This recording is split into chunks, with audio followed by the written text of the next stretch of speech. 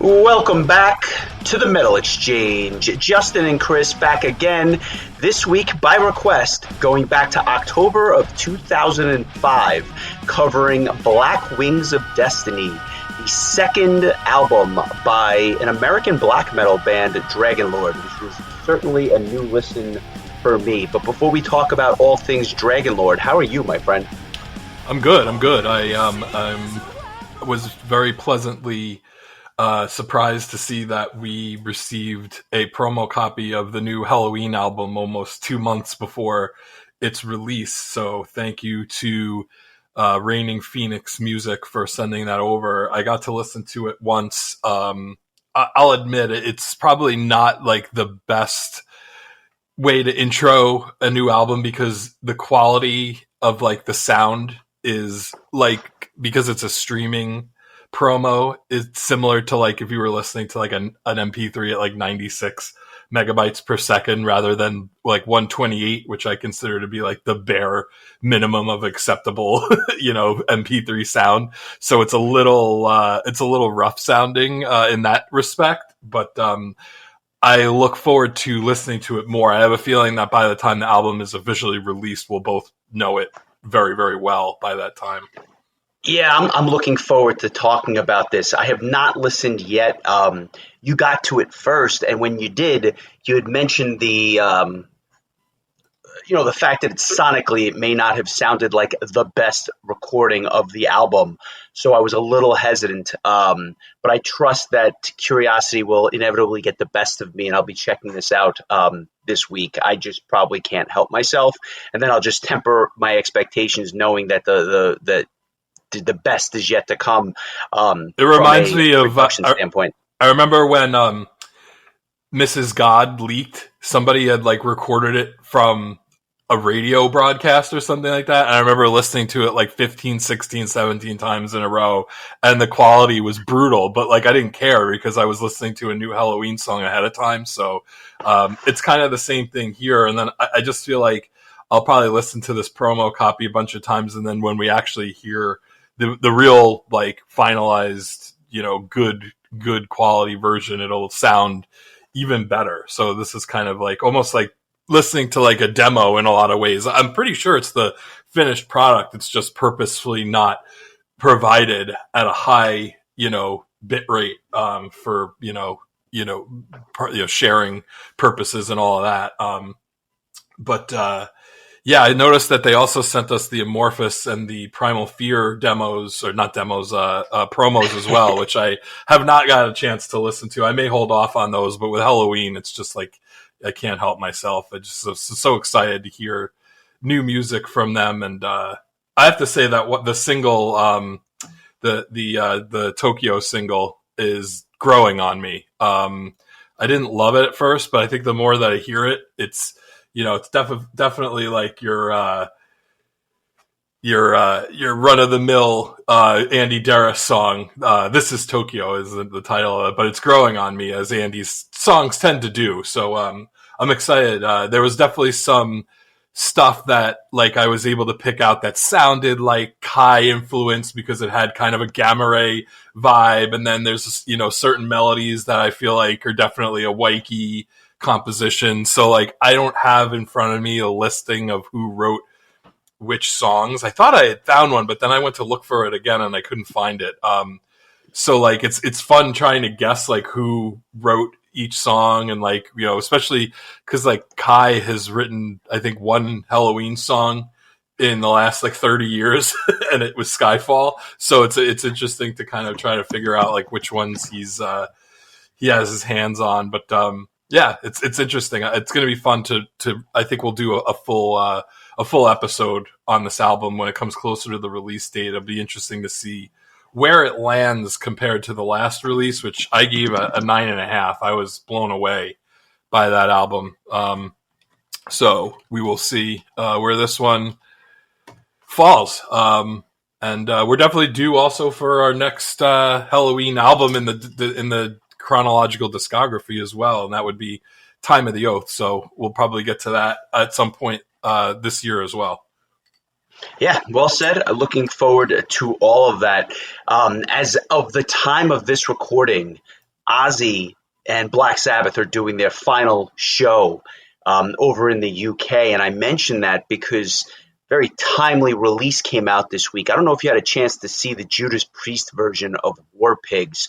Um, that song has been covered by so many artists, but I think it is such a great song that has withheld the test of time now for over 50 years that I just can't get enough of it. And I like hearing different bands do their kind of rendition of it. And I thought that this was an exceptional cover. I will make a point to post it this week on our socials for those that may not have seen it or for those that want to check it out again.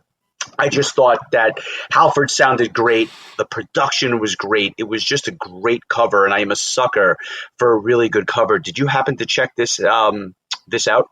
Yeah, that was awesome. I enjoy it very much. So, yeah, good stuff. I don't know. Have you ever heard the Foo Fighters did a cover of War Pigs on the Letterman show years ago with Zach Brown as doing vocals, and that was super cool. Shout out to Amy for bringing that one to my attention years ago. But that is a very cool cover. So yeah, lot of covers. It's still one of my favorite songs, though. There's something about it that's just, even though I've heard it a million times, it's just such a classic song, and hearing different people's takes on it are always interesting. But yeah, the Judas Priest version was no slouch, to say the least, and it was a cool music video too. Always nice to see bands are still making music videos all these years later. I had read somewhere that MTV is going to do a week before their next movie or music awards. They're going to do a full week of 24-hour music videos, which kids these days, I don't know if kids these days watch cable, but if they do, they might see something that was a big deal when we were growing up. Nice. I had no idea that was happening, but curiosity will get the best of me, and I'm just kind of wondering what it is they're going to play for 7 straight days. I'm going to watch all 7 days in hopes they play I Can by Halloween. Yeah, it'll be like going back in time 27 years or whatever it is. I have not heard that Foo Fighters cover, but needless to say, when we are finished recording today, I'm going to go check that out because love the song, love the band, and I'm curious as all hell. So that's that. And I'll send you the link. Nice. And speaking of covers, Dream Theater did something really interesting on their recent tour. They played Tuscany, and obviously did the Count of Tuscany as a special tribute to that crowd. But they played a show over in Pompeii, much like Pink Floyd did several decades ago, and almost as a tribute to Pink Floyd's show in Pompeii, they played all of Echoes in its 22 minutes or so, which I thought was a really cool thing. And this is something that they didn't do when Portnoy had left the band, but now that Portnoy is back, they're kind of throwing in these little nuggets to fans. Obviously, here in Pompeii, Tuscany, we saw The Best of Times in New York, a tribute to Portnoy's father. So they're throwing little nuggets out to the crowd, which I think is a really awesome thing. And it's one of the things that I always enjoyed about Dream Theater shows, that you never quite knew what you were going to get. I mean, I've seen them do The Necromancer by Rush, just like unprompted, unsolicited, just like we're going to play a song for 12 minutes. And, half the crowd didn't know what it was, and half the crowd was marking out like myself. So it was, stuff like that I just find to be really interesting, and it keeps things fresh, even if you know, quote unquote, what the tour set list generally is. I think that people should take a page out of that book, and bands should always have one song that they just rotate out. And I don't know, maybe they play it like 3 shows in a row and then they switch, but it'd be cool, especially like when you're a fan of a band where you know every song and you love to hear like a deep cut.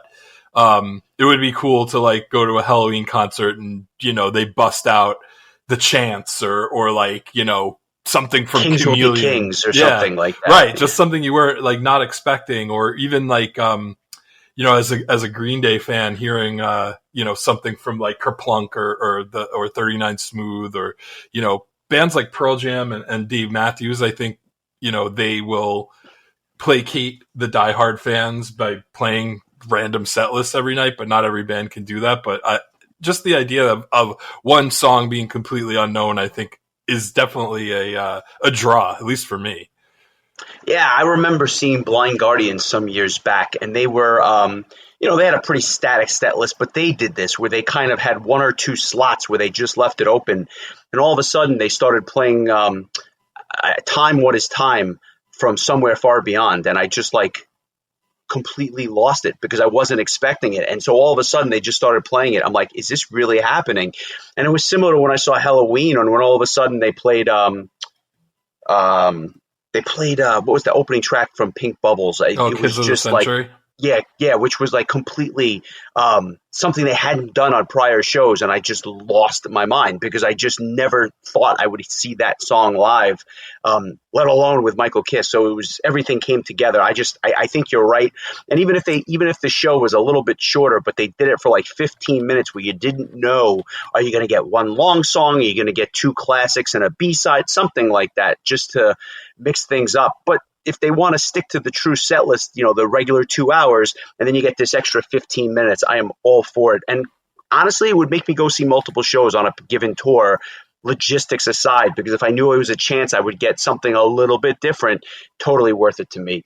I wanted to mention one release that came out this week that I thought was pretty cool. We had been talking about Children of Bodom on the last episode, and with that, the new Warman single came out, which was something that I'm there for. The song is called Nine Lives. It's from their upcoming album, which is coming out in August, if memory serves. Looking forward to this. Really, really keyboard-inspired melodic death metal with a tinge of power metal, however you want to call it. Just really good stuff from them. A band we haven't covered, but probably a band we're due to cover at some point on the podcast.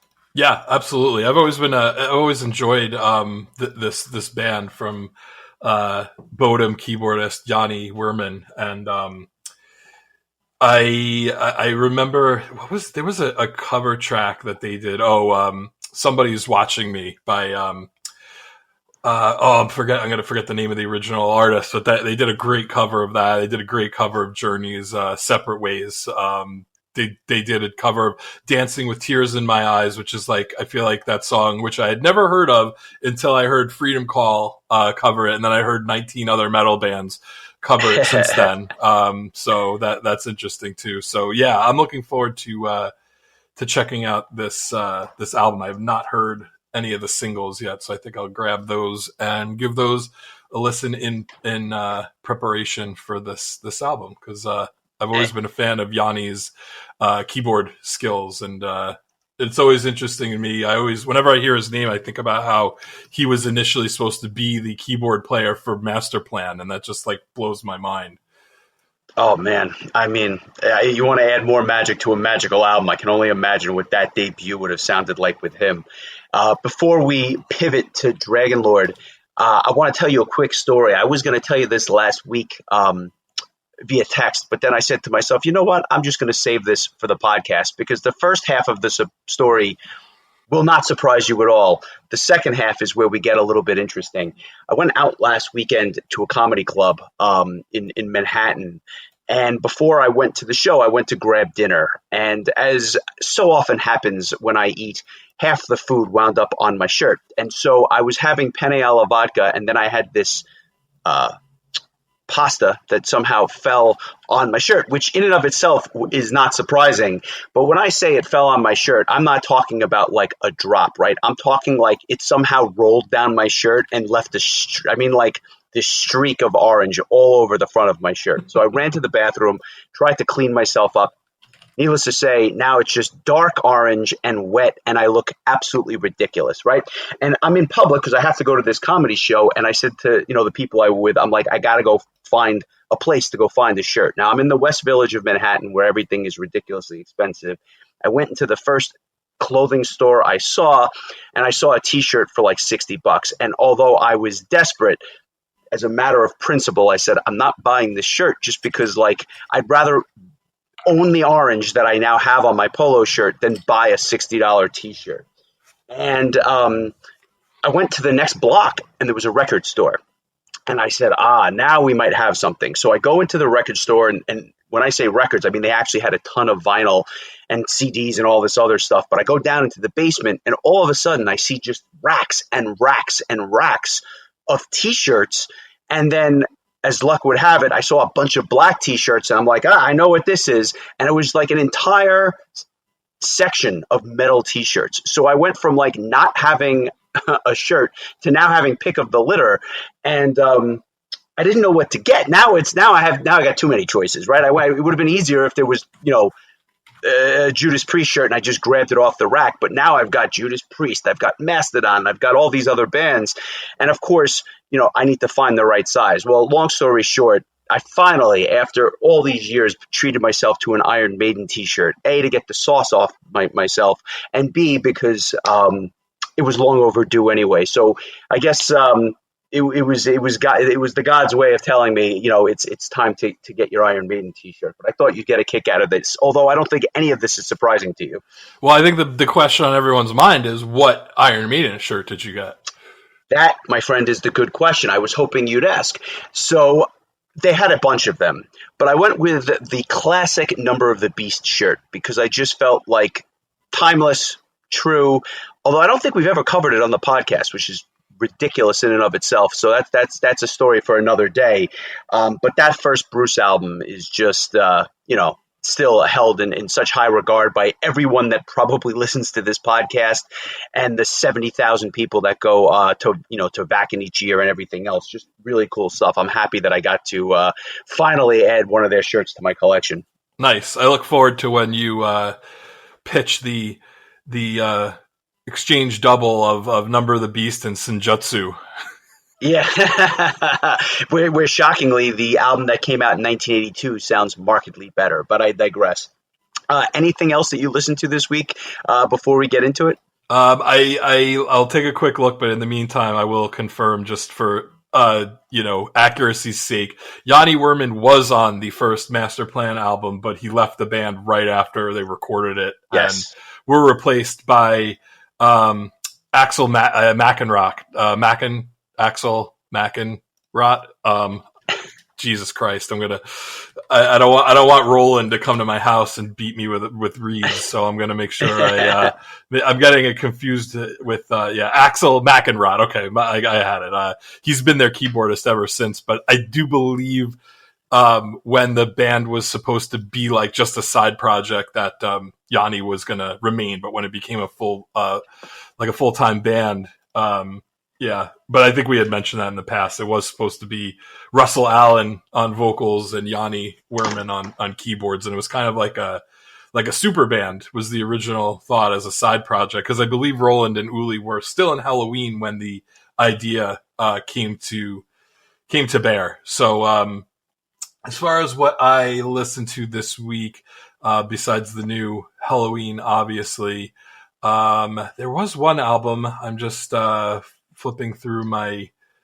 Oh yes, it was the new Leverage album, Gravity, which I enjoyed. I'm gonna have to go back to it. It's a band where I think, just like you, their original singer had such a unique voice that it's kind of hard to replace. Even though now they have a third vocalist, who I think sounds fairly similar, but not quite. So that takes a little getting used to. But I thought that as far as like really catchy melodic tunes, the album was pretty solid. It wasn't terribly long either. There's only 8 tracks. It clocks in at just over 45 minutes, so it's kind of an easy listen. I think that was really it as far as new stuff. If I hadn't mentioned it before, I'll mention it again. The new Insania album, The Great Apocalypse, is also excellent. I would be surprised if that doesn't end up on my list at the end of the year. But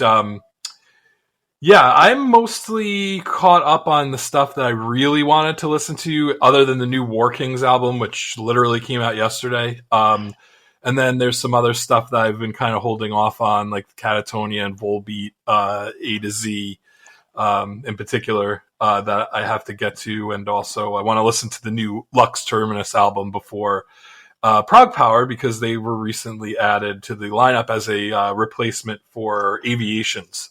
So they'll be opening up on Saturday night, I believe.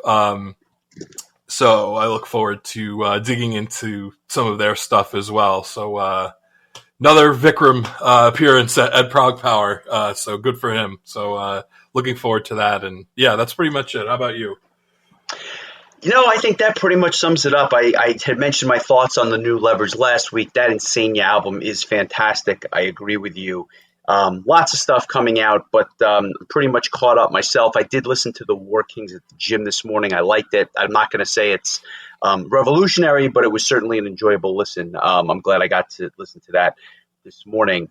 And this week, obviously, listened to a lot of Dragonlord. And I say that because this is a band that I literally had never heard of until the request came through. And it came through from Caleb Land, one of our friends and Patreon members, who asked us to cover this album, which, and I'll just kind of read his quote because it's short, sweet, and certainly recaps where we're at with this thing. He says, Black Wings of Destiny is a solid album which builds on 2 decades of black metal. It's more of a polished black metal than the genre's earliest entries. It has the keyboards, riffs, and brutal vocals of a Dimmu Borgir mixed with bits of Emperor. It's not what I would have expected from an American band, much less one started from a guitarist from Testament. And certainly he's got that right. This is really the Eric Peterson side project. And for those that don't know, Eric Peterson, obviously a founding member and the one member of Testament that is still in the band going back to 1983. So this is an offshoot of Testament, although the music sounds nothing like the thrash metal legends. This is Eric Peterson's black metal side project, very symphonic. And he does all the guitar, well, a lot of the guitar work and the vocals on this album. And if you listen to the vocals, they also sound nothing like Testament. This is black metal through and through. He's got Steve Smith on guitars, Derek Ramirez on bass, Lyle Livingston on keyboards, and John Allen on drums. Admittedly, I have not heard of most of these guys. I know Steve Smith has played with a lot of bands, Vicious Rumors, Testament, Nevermore, Forbidden, another guy who's been around the block quite a number of times. But other than him, I've never heard of the other 3. Had you ever heard of this band before, or was this like a completely new experience for you? No, I legit had never. I when Caleb requested, I wrongly assumed it was a power metal album based on the band name. No, I knew nothing about it, and so it was once I found out that it was a black metal album, I was able to brace myself for what was to come. And I'm very curious if we can keep our streak of songs of the week matching after 3 weeks in a row. I could not put my finger on what you would have chosen for your song of the week. Although I think there were a couple of songs that stood out a bit more to me personally. But I'm going to come right out and say that I know we haven't covered a ton of black metal albums in the history of this podcast, but I think this actually might be my favorite one we've covered. I had a feeling you were going to say that because although it's black metal throughout, the songs are somewhat digestible, and I don't know that I would have said that like the first time that I listened to it. The first time I listened to it, having had no real expectations for what this was, I was not ready for it. And I'm like, oh boy, this is going to be quite a long week now that I have to listen to this thing a half dozen times. But it got better as the week went on for sure. Once I kind of knew what I was in for, I actually started to enjoy it. And by like the last 2 listens, there were elements of it that I really, really liked. And so you're right. But I'm not surprised that you said it was like amongst maybe your favorite of the releases we've done because A, the symphonic elements lean power metal in that respect. And 2, I just didn't think the album overstayed its welcome. There's 2 covers on the back end, but it's really just 7 songs, and they're not like these epic tracks. They're dense, but they're not like overwhelming. And the way that the songs are constructed, it's almost constructed like a thrash album in the sense that it's pretty standard fare, verse chorus, instrumental section, maybe a bridge thrown in there, but it's like there's a pattern to it. And I thought that it wasn't like too esoteric for you. I feel like I'm at a point now where I don't find black metal vocals to be unlistenable. I used to think that they were very harsh and very like hard to listen to, just like unpleasant to the ear. But I feel like I've gotten used to them to the point where I actually prefer them to some death metal vocals that are like really guttural and deep. Those I just can't.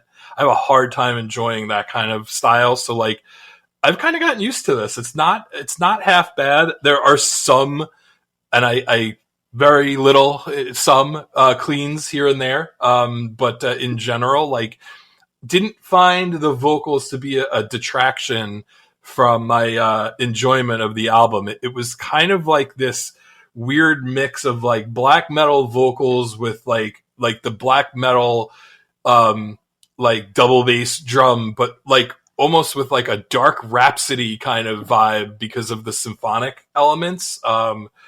But yeah, the symphonic like elements in the keyboards especially like really kind of made this I think a really enjoyable listen for me. There's even a couple of tunes later on in the album that I really quite enjoyed because of the melodic nature of them, and I always harp on that. Like the stuff that I tend to gravitate towards is usually more melodic and more keyboard driven a lot of times. So this kind of hit the sweet spot for me. So I'm glad that Caleb requested it.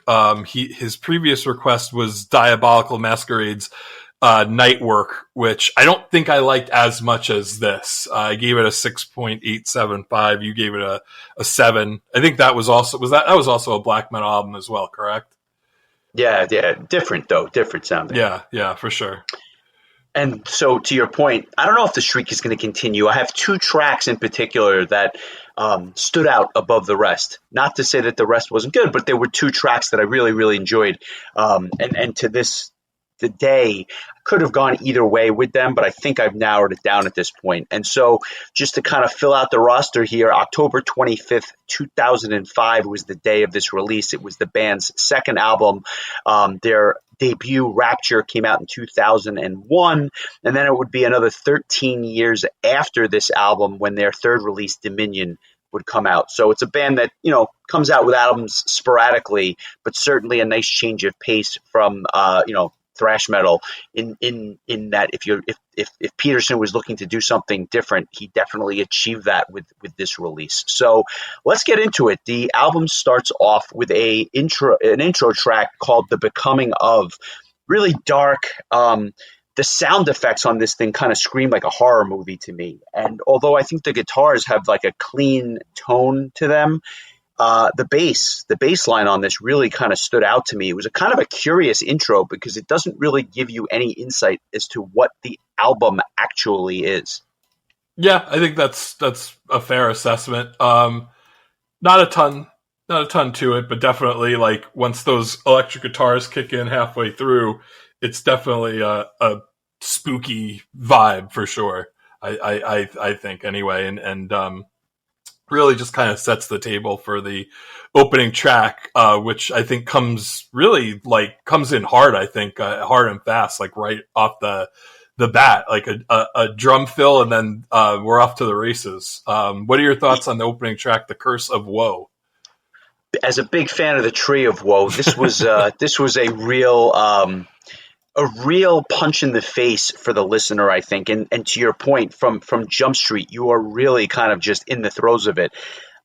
With every listen, the keyboards on this track really kind of pop for me. I thought the riff that kind of permeates this thing is good, but it was the keyboards that I thought played a really nice accompaniment on this particular track. I thought the vocals were really inspired by Ihsahn in those early Emperor albums. I thought that it was almost remarkable that Peterson could almost pay tribute to Ihsahn the way he did. And I don't know if it was intentional, but to me, it's very, very clear. Just a poor man's version of Ihsahn in many ways.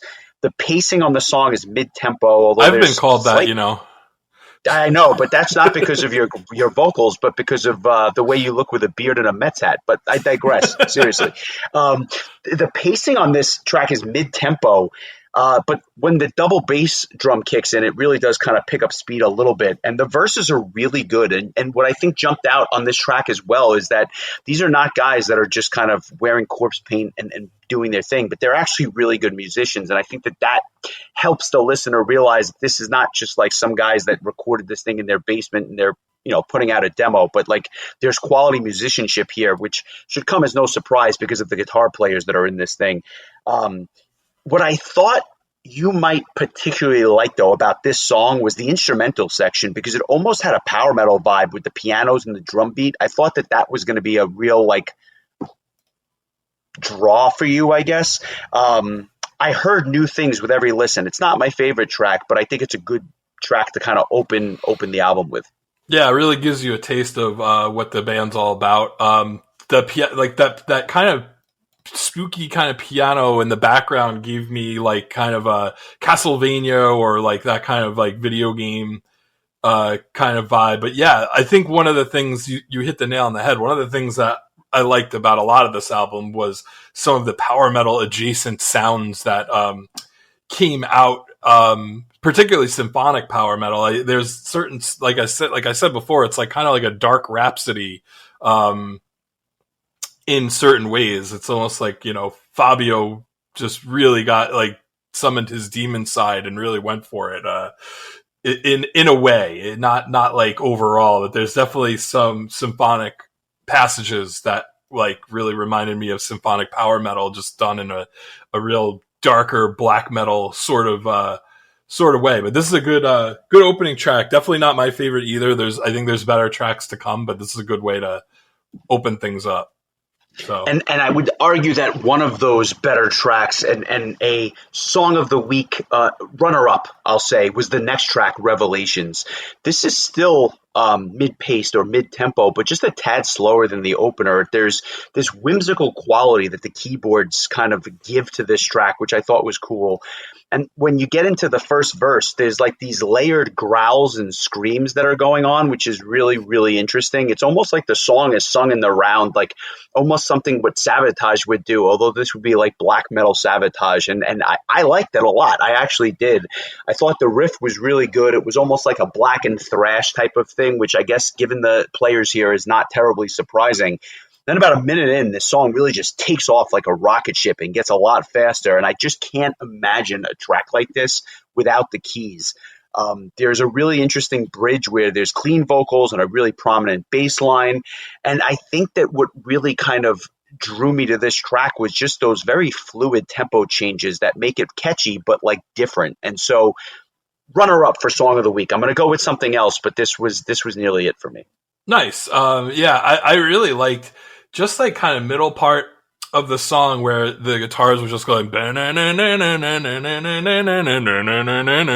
was like over and over and over again, and it really was like this catchy but also kind of scary and spooky kind of riff that went back and forth before the vocals would come back in. But like, yeah, the some of that like really Castlevania-esque keys and stuff, like just had like a really fun but also kind of creepy kind of sound that I thought this was a little bit better than the previous track, and I think the next track I liked even more. Yeah, Sins of Allegiance is interesting. That intro, which I don't think it's keyboards, it almost sounds like a Hammond or something like that with the I don't know what you call it, but that intro brings me back to like a haunted hotel in like the 1930s. I mean, like that is some really spooky stuff. The riffs on this are really heavy, down-tuned, and chunky. This song, I think, is really, really the first one where I heard quite a bit of Emperor, not just in the vocals, but in the way that the song was written. The verses are pretty good. I thought the chorus got lost a bit on this song, though. Interesting, though, it's not just Emperor, because I hear a lot of King Diamond on this song as well. And I guess that's not terribly surprising because there's a cover of something that King Diamond is featured on later on in the album. So I guess there's obviously a nod to that Norwegian type of sound. The bridge again here is really interesting because it's clean vocals, which just kind of come out of nowhere on this thing, and it's a good tune with good solos. My issue with it is just that I felt there was a lack of contrast throughout, so it's not my favorite song on the album, but it's good. Well, it looks like the streak is broken because this is my song of the week, and I'll tell you the what really propelled it for me is about halfway through the song. There's just this like power metal-esque guitar. I don't know if I want to call it a riff or a solo or whatever, but like it pops in at about 340, and I just really tickled my power metal bone. Like I just really, that part made, I think, the song really stand out for me. And again, like, you get some of those clean vocals too that come in a little bit later on in the song. But this was the one that just always, I would just remember, like, just was like always, whenever it would come on, I would just like click with me, like, oh yeah, I really enjoy that guitar part, and I think this is a really solid tune. There's some other songs still to come that were definitely runners up for me, and so I'm wondering if you chose one of my other favorite tunes. But yeah, the streak ends at 3 weeks. Let's give Sins of Allegiance a quick listen, and we'll come back and listen to or talk about the rest of the album. So here it is, Dragonlord.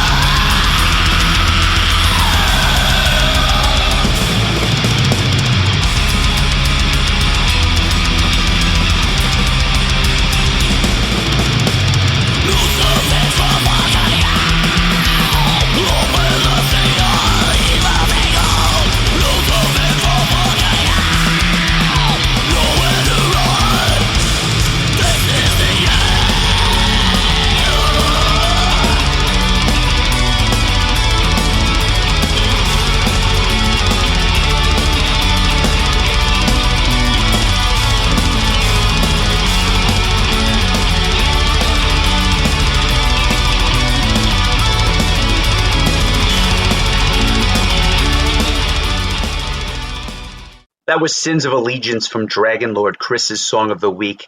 And in retrospect, I think it probably makes sense because that portion which you spoke about, that like instrumental section with the guitar riff and almost that galloping double bass drum behind it, it does scream power metal. And I am not surprised that that portion especially would have kind of stuck in your head or at least resonated with you throughout the week. So all this makes a lot more sense now. But I'll admit, I went with the next track, Until the End, is my song of the week. So we were very close, but not quite there.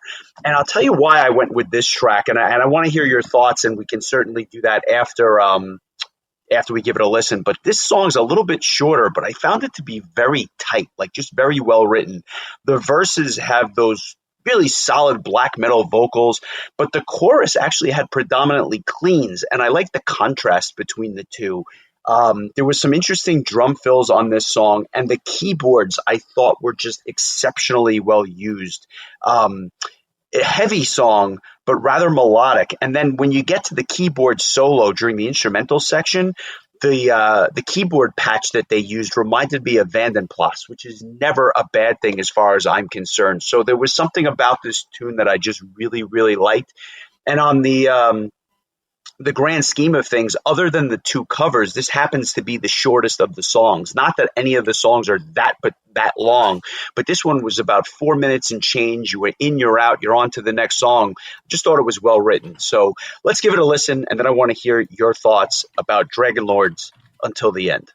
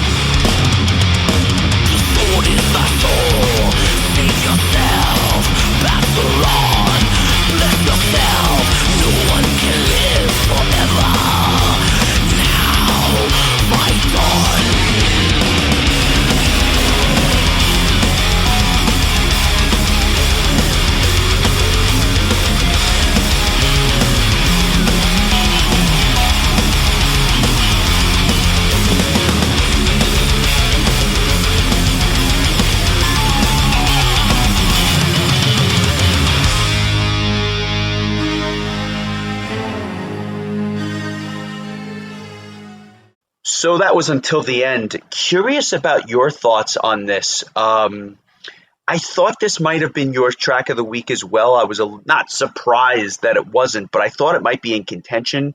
Humor me and at least tell me that you like this song.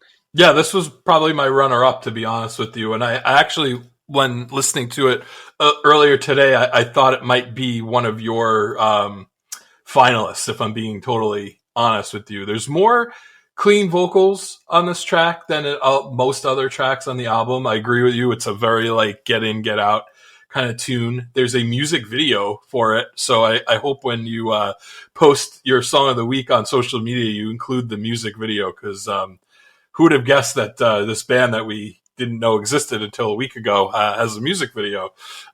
So we'll have to definitely check that out. But I like this too. I like the like kind of weird future-y keyboards. I don't know how exactly you would describe that kind of like weird, like just that weird cosmic sounding. Yes, or that's something. a good one. Yeah, cosmic. It's interesting. And then like there's definitely, parts where the song just kind of like slows down and you get a little bit more of the symphonic element before things, go off the rails again, so to speak, and get really chaotic. But another really good tune. And yeah, if I didn't enjoy the previous track as much as I did, this probably would have kept our streak alive. But alas, we go our separate ways. Thank you, Dragonlord, for bringing us back on our paths of song choices. But another good one. So yeah, two songs of the week in a row. Yeah, no doubt about that. We go to Mark of Damnation, which kind of kicks off side B of this album. This one, don't be fooled by that slow start. And I say that because when I was listening to it the first time, I was like, wow, this is very different. And then all of a sudden, this turns into a lightning fast tune. It is like that false sense of security at the beginning, very over the top, but in a good way, I guess. The double bass drums galore on this thing really would drive this tune down the track, so to speak. The symphonic elements of Market of Damnation are on full display. It's a nice change of pace from the prior tune, and it actually grew on me a lot. I like this song tremendously, and even the solos are really kind of hauntingly beautiful in many ways. You can't help but enjoy the melody when you're banging your head with your corpse paint on. Like, this is a really good song, and as I listen to it now, could have easily been my song of the week as well. I think that there's really three standout tracks on the album, this being the third.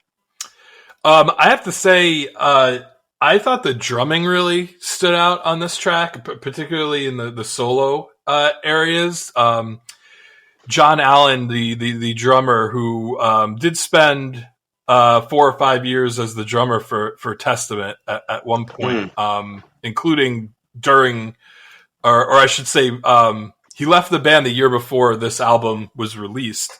But I thought that his drumming was really impressive on this track. It's I think it's a well mixed album in the sense that like the instruments really shine through, particularly the guitars, keys, and drums. I feel like the bass is a little bit hidden, or maybe it's just not a prominent instrument that's being used a ton as far as like solos go. But the drums, I think, are mixed really well on this album. You really can hear the technical prowess of John Allen here, and I feel like this is a good song to kind of showcase that. But again, like the spooky piano parts that like just really just resonate with me. They just remind me of like any of those haunted video games that Castlevania was kind of the impetus for. Cool stuff. Like I would not mind listening to this album while playing a game like that. I feel like it would fit the bill quite well. So another really cool tune. I think those previous two are a smidge better, but another solid tune on this album. Yeah, and like I said, now there's kind of three songs that I've remarked that really stood out to me. The next two, sadly, didn't really kind of click with me, and then we get to two covers at the end, like I mentioned earlier. The first track here is called Blood Voyeur, or and it's this bombastic song that, for whatever reason, just doesn't particularly stand out. It's not bad. It's just kind of standard black metal that would appeal to fans of the genre, but I didn't think that there was anything like superb about it. Now, I think you'll argue the guitar parts may be very power metal inspired, and maybe you're right. I just didn't think it was as good as some of the stuff that came earlier. And the chorus, again, features like these unique, clean vocals that remind me of like ICS Vortex from Borknagar, just in terms of like, they're not like Michael Kiske or Jeff Tate, right? Like, it's a unique set of cleans here. I really wonder if I would have enjoyed this song more had it been higher up in the album, meaning like one of the first 3 tracks. But by this point, I thought that there were better tracks on the album, and it got lost by being placed, kind of like the 2/3 of the way through. Not offensive, like I said, but just kind of a standard fare black metal tune. I love how the track starts with that, just like those little piano, I don't know what you call them, trills or whatever, where it's just like, it's like the beginning of like boss music in like a Castlevania boss, like just creepy as all hell, and gets the ball rolling on this track. I think I enjoyed this one a bit more than you did. Like you said, I think that there was the guitars did have kind of a bit of a power metal driven vibe to them, but I like it. I like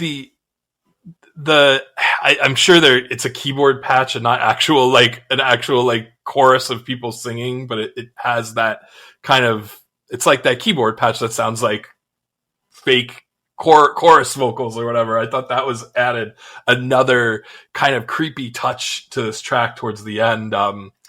It's good. I think one of the benefits of this album is that it's short, and so like I feel like after a while some of the songs might start to sound similar, but it's not long enough for that to happen. So like in this case, I feel like it's placed just fine. And I think like the particularly the last 2 tracks, especially the last one, have such a different vibe because they're covers. So I don't know. Like, I just feel like this is fine placed where it is. I don't know that I would feel any different about it if it was earlier or later or whatever. It's just another really solid tune. I feel like just the onslaught continues, as it were.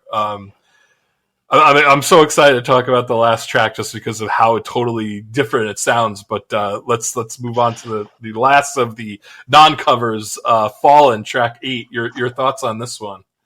Yeah, better than Blood Voyeur, but not the best track on the album, as I mentioned, but a good end to the album. The drums on this one really stand out to me.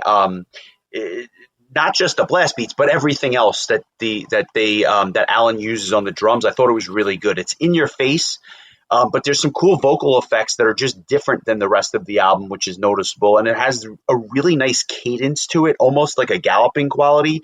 And although I don't think the bass is like the most prominently mixed instrument on the album, I thought it was really effective on this track. So I like this track more than the track that came before it, but I still think that there are tracks, those first 6 tracks, there's 3 heavy hitters, and I don't know that this reaches quite that level. I thought that the guitar solo on this track really gave away that the guitar player was in a thrash band and in his full time. Nice. I just that like that felt like a real like thrashy kind of riff, and so I thought that was cool that kind of got placed there, and I think that made the song feel a little bit more unique and a little bit more memorable. It's interesting how something as simple as just a little riff like right there was just cool. I think a really well placed piece of the song to make that song a little bit more memorable. So as far as like the first 8 tracks that were Dragonlord penned tracks, I thought there was nothing, like you said, nothing offensive, nothing that I thought was particularly bad. Really solid stuff. But the band chose to end the album with 2 covers from 2 very different bands. The first being Merciful Fate, a band that we spoke about with our friends at MSR Cast. The track they chose was Black Funeral. I don't know that I know the original song that well. How would you compare the original to this cover? I thought it was a good cover. I always thought that early Merciful Fate and the King Diamond stuff solo, the solo stuff that would follow, was always a precursor to black metal. Similarly to bands like Venom and other stuff that was in the early '80s that the black metal bands would kind of find inspiration in. I always thought that Merciful Fate had elements of that baked into the music. So this was a logical cover, and I thought that it's a very good Merciful Fate song, so it's not surprising that they would cover it. And, I talked about, like, Fallen and how I thought that track had, like, a nice gallop to it. Black Funeral has that gallop on steroids. I love the cadence of this track. I thought it was rather true to the original with just a very distinct and different set of vocals, because obviously this is not King Diamond singing, sounds nothing like him, but the way that the music itself, I thought, was tried and true to the original. The riffs having really stood out, and the keyboards kind of playing a nice accompaniment role. Good cover, good mix, interesting selection. Yeah, good stuff. It was from the original tracks from the very first Merciful Fate album, Melissa, which came out in 1983. So we had covered the album that followed it the year after, Don't Break the Oath. So I didn't know this song super well, but I would be surprised if it sounded super different than this version, just because I feel like you had mentioned, there's some parallels between the two bands for sure, not just the painted faces. So yeah, interesting tune. But then, like, to pivot from Merciful Fate to Thin Lizzy was really interesting. And this was another song I wasn't super familiar with. It's called Emerald. But, like, I think this is the one track on the album that's like 100% clean vocals. I'll come right out and say, like, the first thing that this made me think of was like a doom metal song. It had more of like a doom metal vibe, and it made me think of what's the band that we covered with their new album last year, in that doom vein, the Swedish band. I'm forgetting their name. Sorcerer? Yes, this reminded me of like a Sorcerer track. So kind of cool. It did, like, I don't know a ton of Thin Lizzy, but I know a decent enough amount of Thin Lizzy, and this didn't strike me as a Thin Lizzy song the first couple of times I heard it. It felt kind of like almost like a Sabbath or a doom metal type of song, but it's a cool choice, and it's, you could definitely tell it's still Dragonlord based on the guitars, but based on the vocals, you would have no idea. It's totally different from the all the vocals like leading up to this point. So it almost feels like it's a different band in a way. But cool choice, and interesting choice to end the album with. But yeah, very different from the Merciful Fate cover. Fit in with the rest of the album. This is totally different. This is like a classic rock song that just got thrown on the end of a black metal album, but not in a bad way. It's a really cool cover. Fascinating to me, because although I didn't know this track, I know enough Thin Lizzy to know what they sound like, and I know that this band Dragonlord sounds nothing like that. So when I saw that this was the last track on the album, I didn't know what to expect, but I do like the clean vocals, and the guitar work is fantastic. So I went back, listened to the Thin Lizzy tune, and it's a really good cover. I have to say, like, it's an interesting selection for sure. I would love to know what Thin Lizzy would think of this cover, because I can't imagine that there's that many covers of Emerald, but you can hear the band's influence in retrospect. That is to say, you can hear Thin Lizzy's influence on this album when you hear a cover like this. And not only the influence, but how proficient all the musicians are, because they do a really nice job with this song. Great solos. I guess that's to be expected, but I like when bands do something like this. It's a little bit different, but at the same time, it almost feels like a bonus track, but I liked it. I thought it was a cool way to end the album. I have no issue with it at all. Yeah, this was from Thin Lizzy's 1976 album, Jailbreak, which I think we probably need to cover this album at some point, just because there are a few tracks from it that I'm very familiar with, the title track especially. But I think that there's so many metal bands that have pulled inspiration from Thin Lizzy, even though they kind of tend to sound more like a classic rock type of band. I don't think that they lean too much into like the future of metal the way that Black Sabbath does. But then again, like I'm basing that on a lot of, radio hits and stuff like that. But I mean, there's just been so many. I've seen so many metal bands cover them. Halloween covered Cold Sweat, and there's just a lot. There's a lot of covers. So like, I'd be interested in doing a deep dive into one of Thin Lizzy's albums at some point in time. So thank you, Dragonlord, for helping us open our eyes to Thin Lizzy or the need to cover Thin Lizzy on the podcast. Who would have thought that would have been a sentence that we said today? But yeah, overall, this was a nice choice. I thank Caleb for choosing it. I will say I think it's definitely my favorite black metal album we've covered, although I'm pretty sure you could probably count on one hand how many we've done. But I think adding the symphonic and keyboard elements to the proceedings really spoke to me and what I like listening to. And so for that reason, I just found it more enjoyable than more straightforward black metal. So I'm going to give this one a 7 out of 10. Definitely an enjoyable experience. And I'm glad Caleb chose it because I don't know this would have been something I would have ever even knew of or heard about had he not requested it. So nice request from Caleb, and thank you for that. And what do you how do you want to score this one? Our songs of the week may not match, but our scores are identical. I had this as a 7 as well. It's a good album, and honestly, if you would have told Eric Peterson that we're going to cover Dragonlord before Testament, I don't think he would have believed you. But here we are, and we are long overdue to talk about some Testament as well. I have no doubt I will pick them in the future. I don't know that you will, but I know I will. So I say that to say, I'm right there with you. At first, this was not a 7. This was something I grew into after the first 2 listens specifically.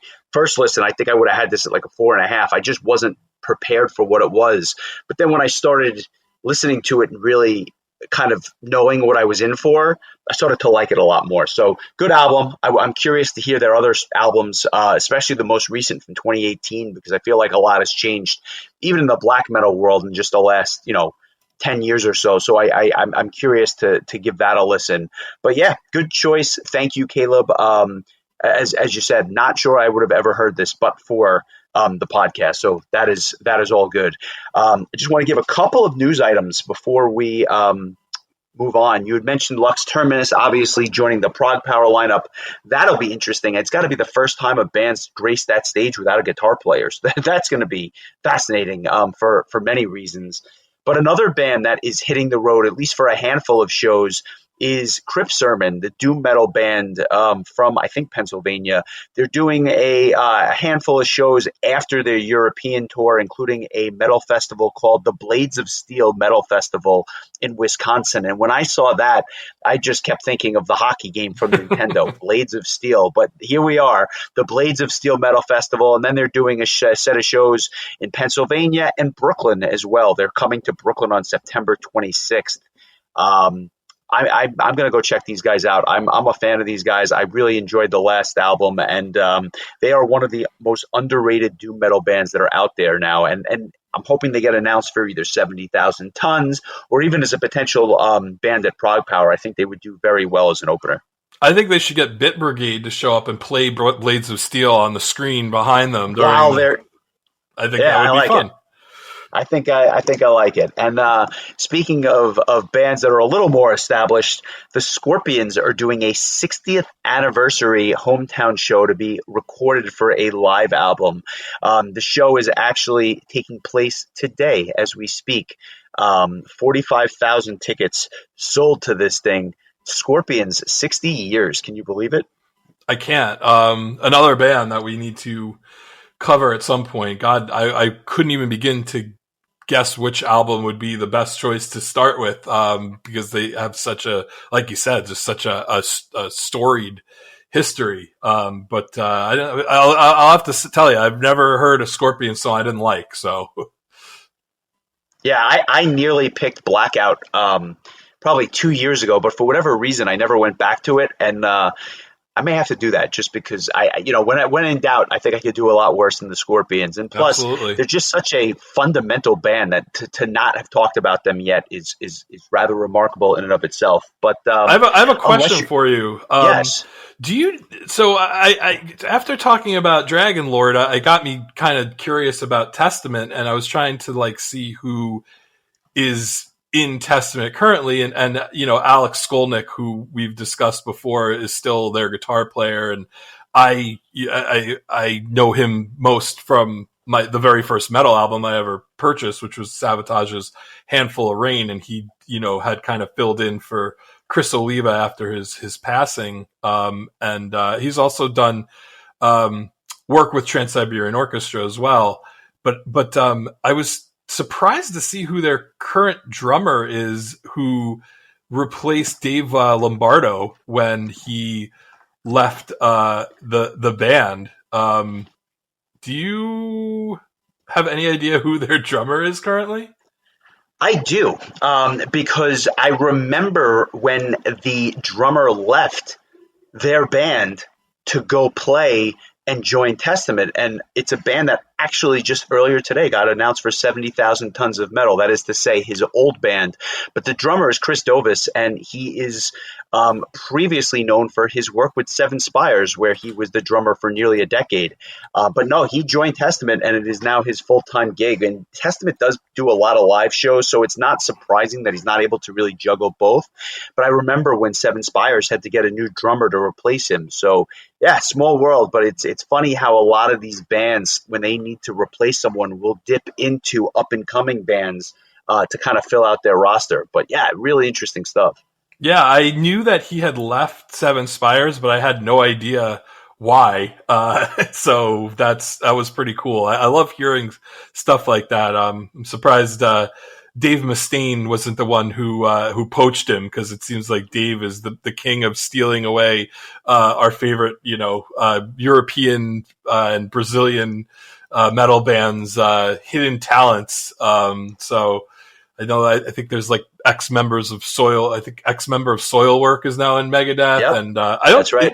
Is Kiko no longer part of Megadeth? Is that He's that out. marriage is over? It is. It's. I mean, again, I don't know the players involved, but I can't imagine that that's the easiest band to play in, for several reasons. But that being said, Kiko is no longer in Megadeth. So onwards and upwards. I'm sure he'll find another young talent. I forget who he picked, but needless to say, the beat rolls on with Megadeth.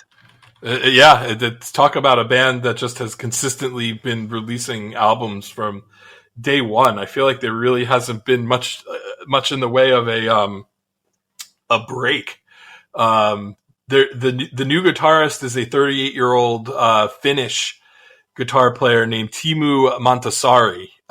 So yeah, he was the guitar player for Winter Sun. So there you go. Oh, there you go. So Soul from another European band that I Yeah. like. Go Oh, and figure. another thing I wanted to mention about the Black Wings of Destiny album. I don't know if you noticed this, but the album was released on the Spine Farm Records label, which is based out of Finland. So I thought that was interesting that an American band went with a Finnish label to release their album. I guess they really wanted the black metal kind of vibe to come from Scandinavia. So well done, Dragonlord. Nicely done.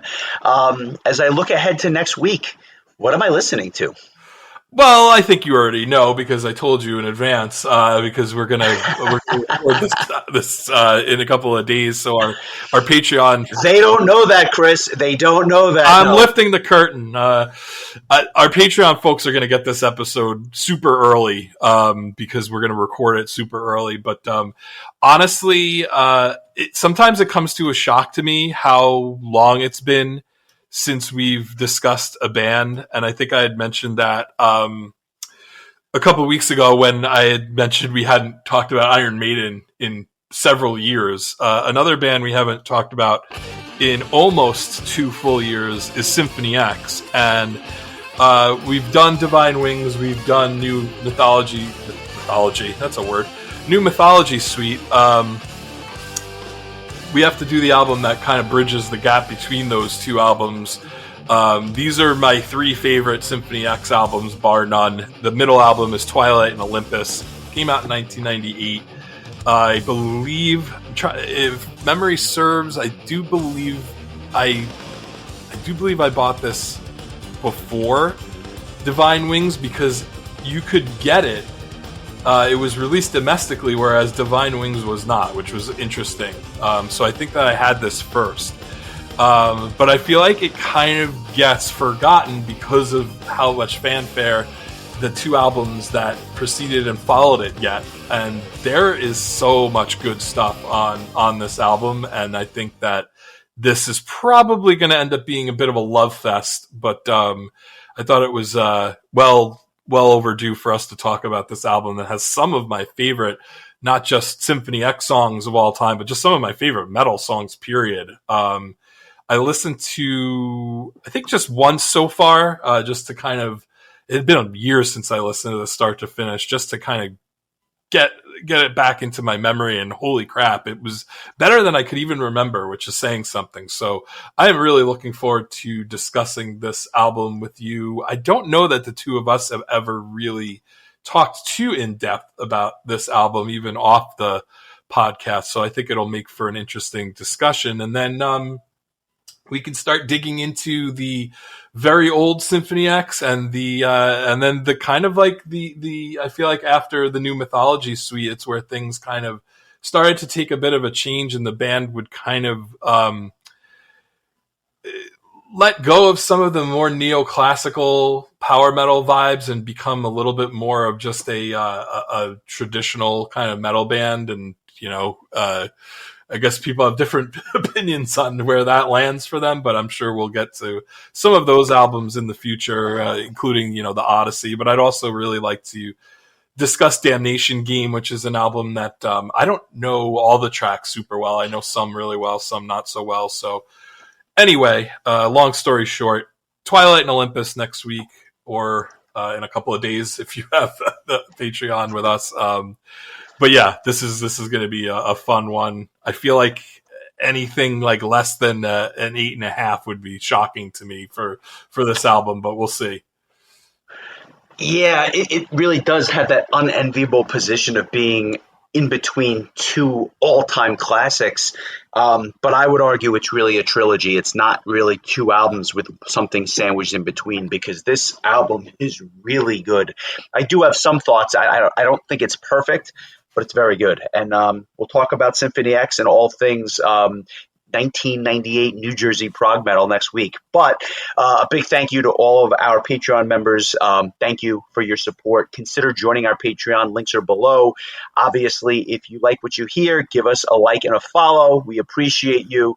Chris is pointing to his shirt. Shout out to Richard Mosley and his band. And I think that there's also some really good stuff, not only from his main band, but from his new power metal project from that's coming out. So we will talk about all that in long form at some point too, I am sure. So thank you, and I look forward to catching up with you next week when we talk about Symphony X.